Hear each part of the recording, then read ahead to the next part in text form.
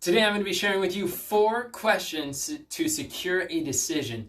This is especially helpful when you're working with people that maybe you are recruiting them to join your program, your summer program, your school, your training, or maybe you are helping people to make a decision where they require some education of where they're at or some clarity for you to understand how committed they are or how interested they are, or for them to just know what information they need or to overcome their objections to whatever it is that you're offering.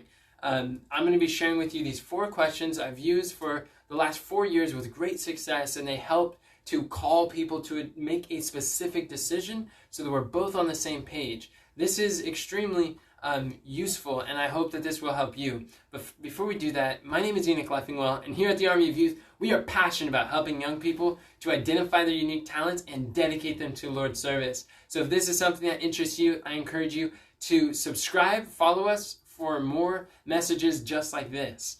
So these 4 questions, these are great to use if you are encouraging or recruiting a new worker to your organization, your ministry, your work, your employment, or maybe you have someone who's already involved, but you want to help them to make to take on a greater responsibility or position of leadership that they haven't been a part of before. This is extremely simple, just these 4 simple things. We often use these. You can make it when you're I've done recruiting for youth to come to a school, and these are questions that help them to make an informed decision. Maybe it's to attend a training program or an event that you've done, or sometimes you could use it at the beginning and the end of a presentation with great results, and I think you'll really enjoy this.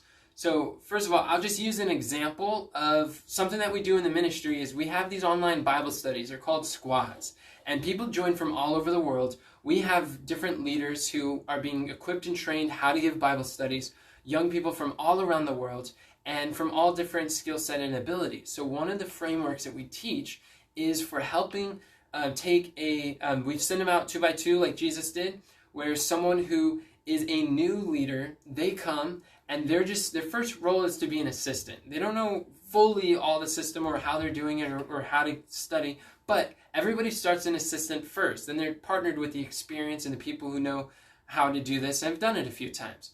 So this is a question they do. Let's say they just did a Bible study. They had prayer requests, they had testimonies in the beginning, then they go through the Bible study for about 30 minutes, and then at the end, they make an appeal to their hearts about how they could apply this to their lives. So that's our format. We do it every week. It takes an hour from beginning to end. And so what this system looks like is the 4 questions. Number 1 is at the end of whatever the training experience or conversation or presentation that they saw, asking them, what did you like best?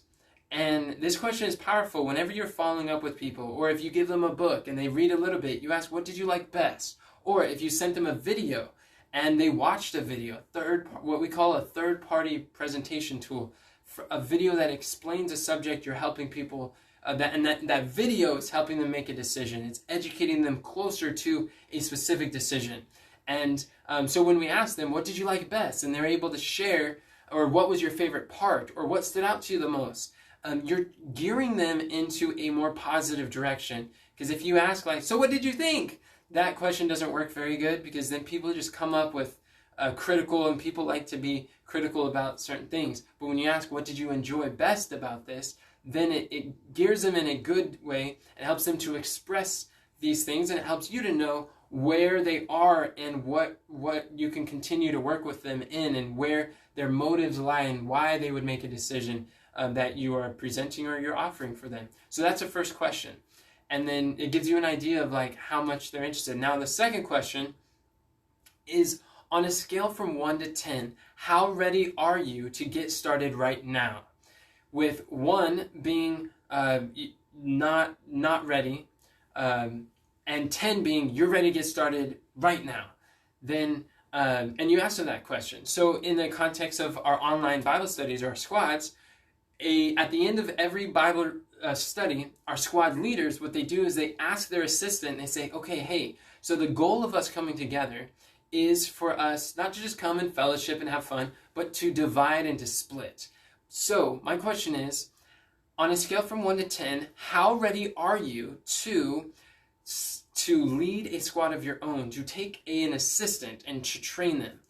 On a scale of 1 to 10, with 10 being you're ready to branch out and train an assistant of your own today, and 1 being no, you're not able to. You're not yet, or not at all. So then they ask, well, I'm at a 5, or I'm at a 6, or then the follow-up question. This is the third question. This is what makes it really powerful. That gives you insight. And really, anything above a 1 is good. That means they're interested. That means they're ready. They're willing. There's some level of interest. So it doesn't matter what their number is. It just matters that there is a number. So some people might say, well, I don't know about this or that, and just ask you well, what's your number? On a scale from 1 to 10, 10 being you're ready right now to join the program, come over to the school, or to take on this new responsibility, or ready to take on this new, or to join the organization. What number would you be? 10, ready right now. 1, no, not yet, or not at all.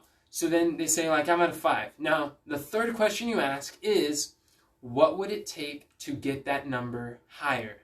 It's a powerful question because you allow them to answer. You're it doesn't matter what they say. If there's a 3, what would it take to get that number higher? If it's a 6, what would it take to get that number higher? Then it helps you to know where's their hangups. They tell you their concern, their objections, their misunderstandings that is preventing, or the limiting beliefs that they have that's limiting them from making that decision ultimately that you are helping them to make.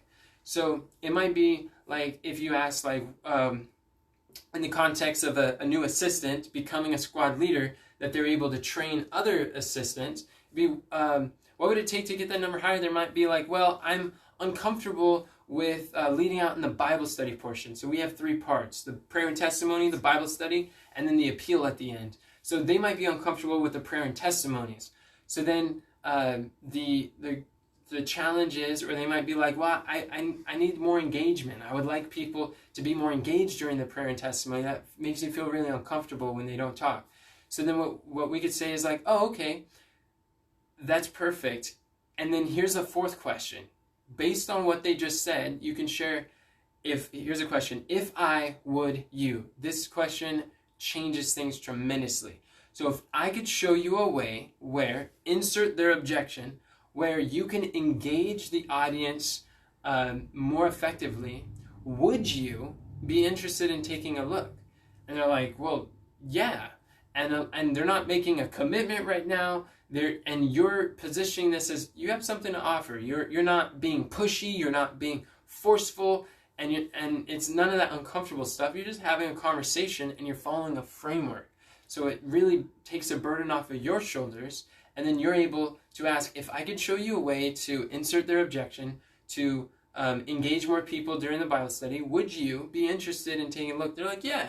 And then you can send them a third-party presentation tool, which would be podcast number 65 of the Army of Youth podcast. We have a tool that is called How to Engage an Audience the Right Way.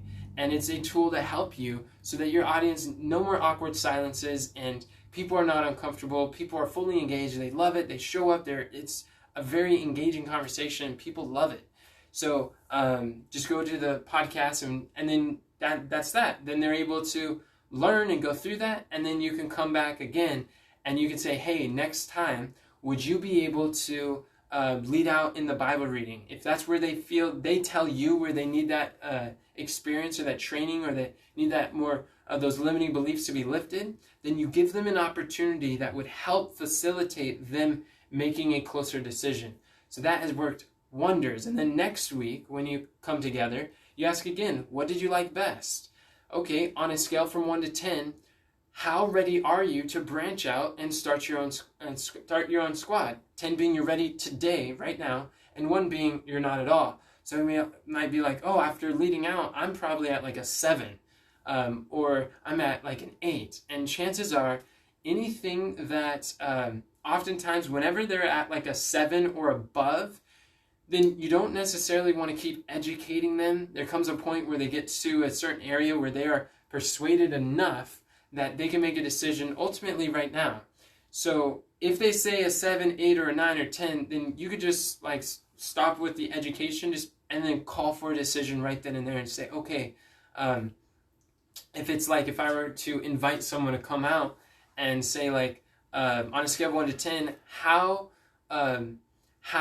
committed are you, or how much do you see that it is according to God's will for you to come out or move out here to join the program or to be a part of the what we're doing here?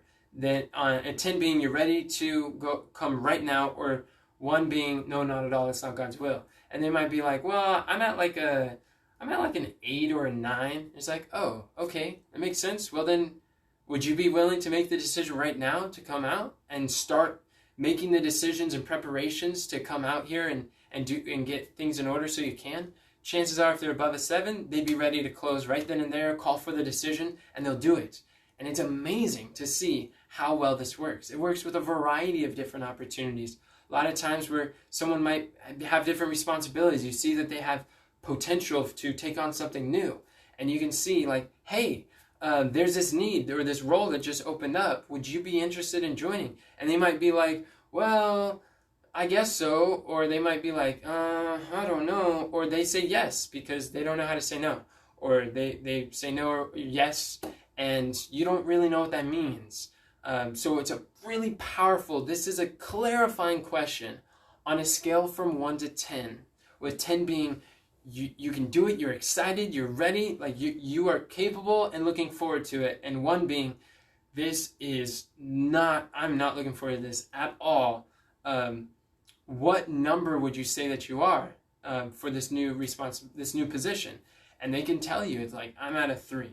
They can be like, oh, then it gives you clarity that they may not really be interested that much, or they might be at a 6, and you can be like, oh, okay, what would it take to get that number higher?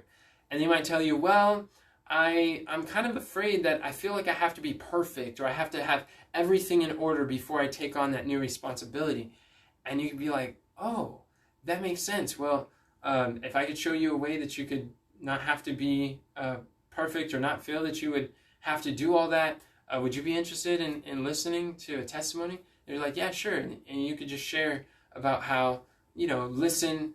There's 3 steps to overcoming any objection. Listen, relate, tell stories. You listen to them and you just say, like, when you say that you are,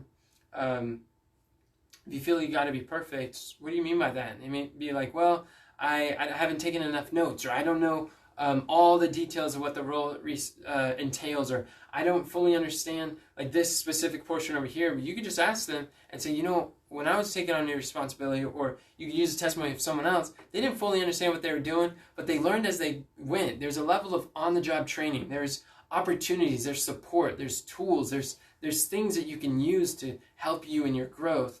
And I felt the same insecurity at first, but I learned.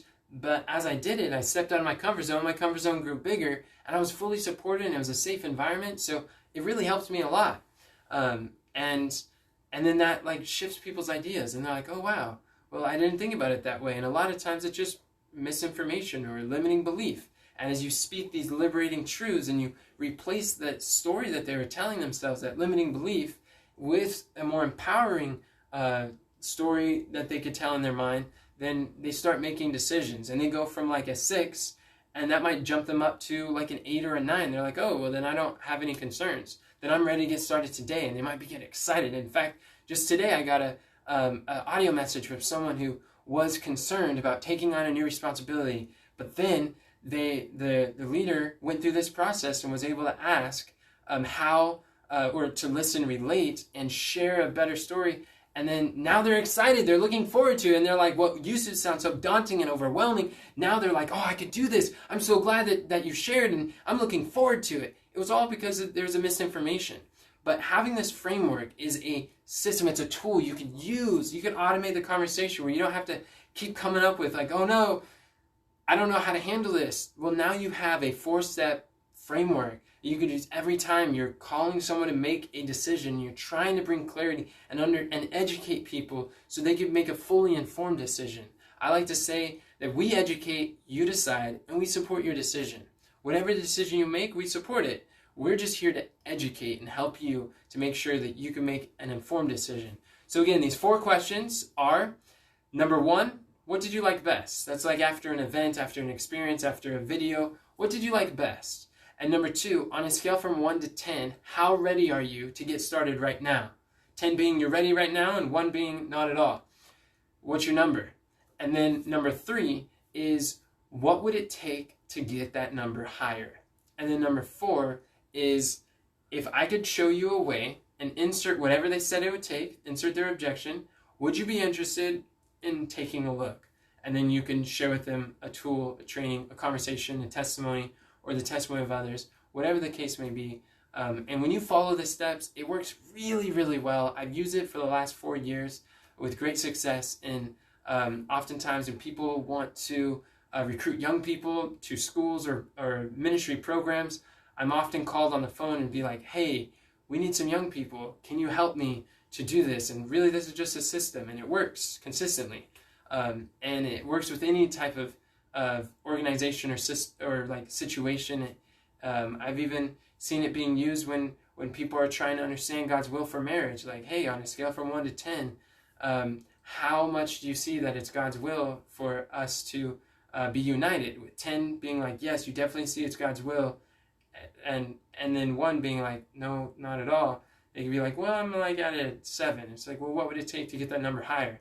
And then they can share some of their concerns or their questions or their expectations and open up the opportunity to speak more clearly.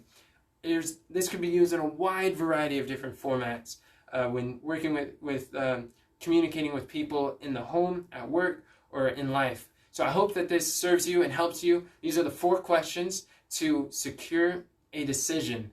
If you are interested in more training like this, or you'd like to join one of our squads, then I would invite you to come meet our family, see a little bit more of some of the Bible studies we do, because these are some things I look forward to. One of the highlights of my week. I love seeing the people grow and learn and study, and it's just a great fellowship.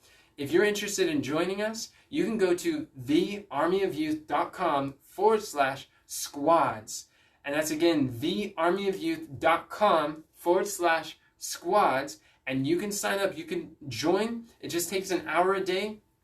If you're interested in attending, that's fine. If you're interested in getting involved and contributing and sharing and growing in your leadership skills, then there's opportunities for you to be trained under experienced workers who can share with you what they have done to win souls for Christ.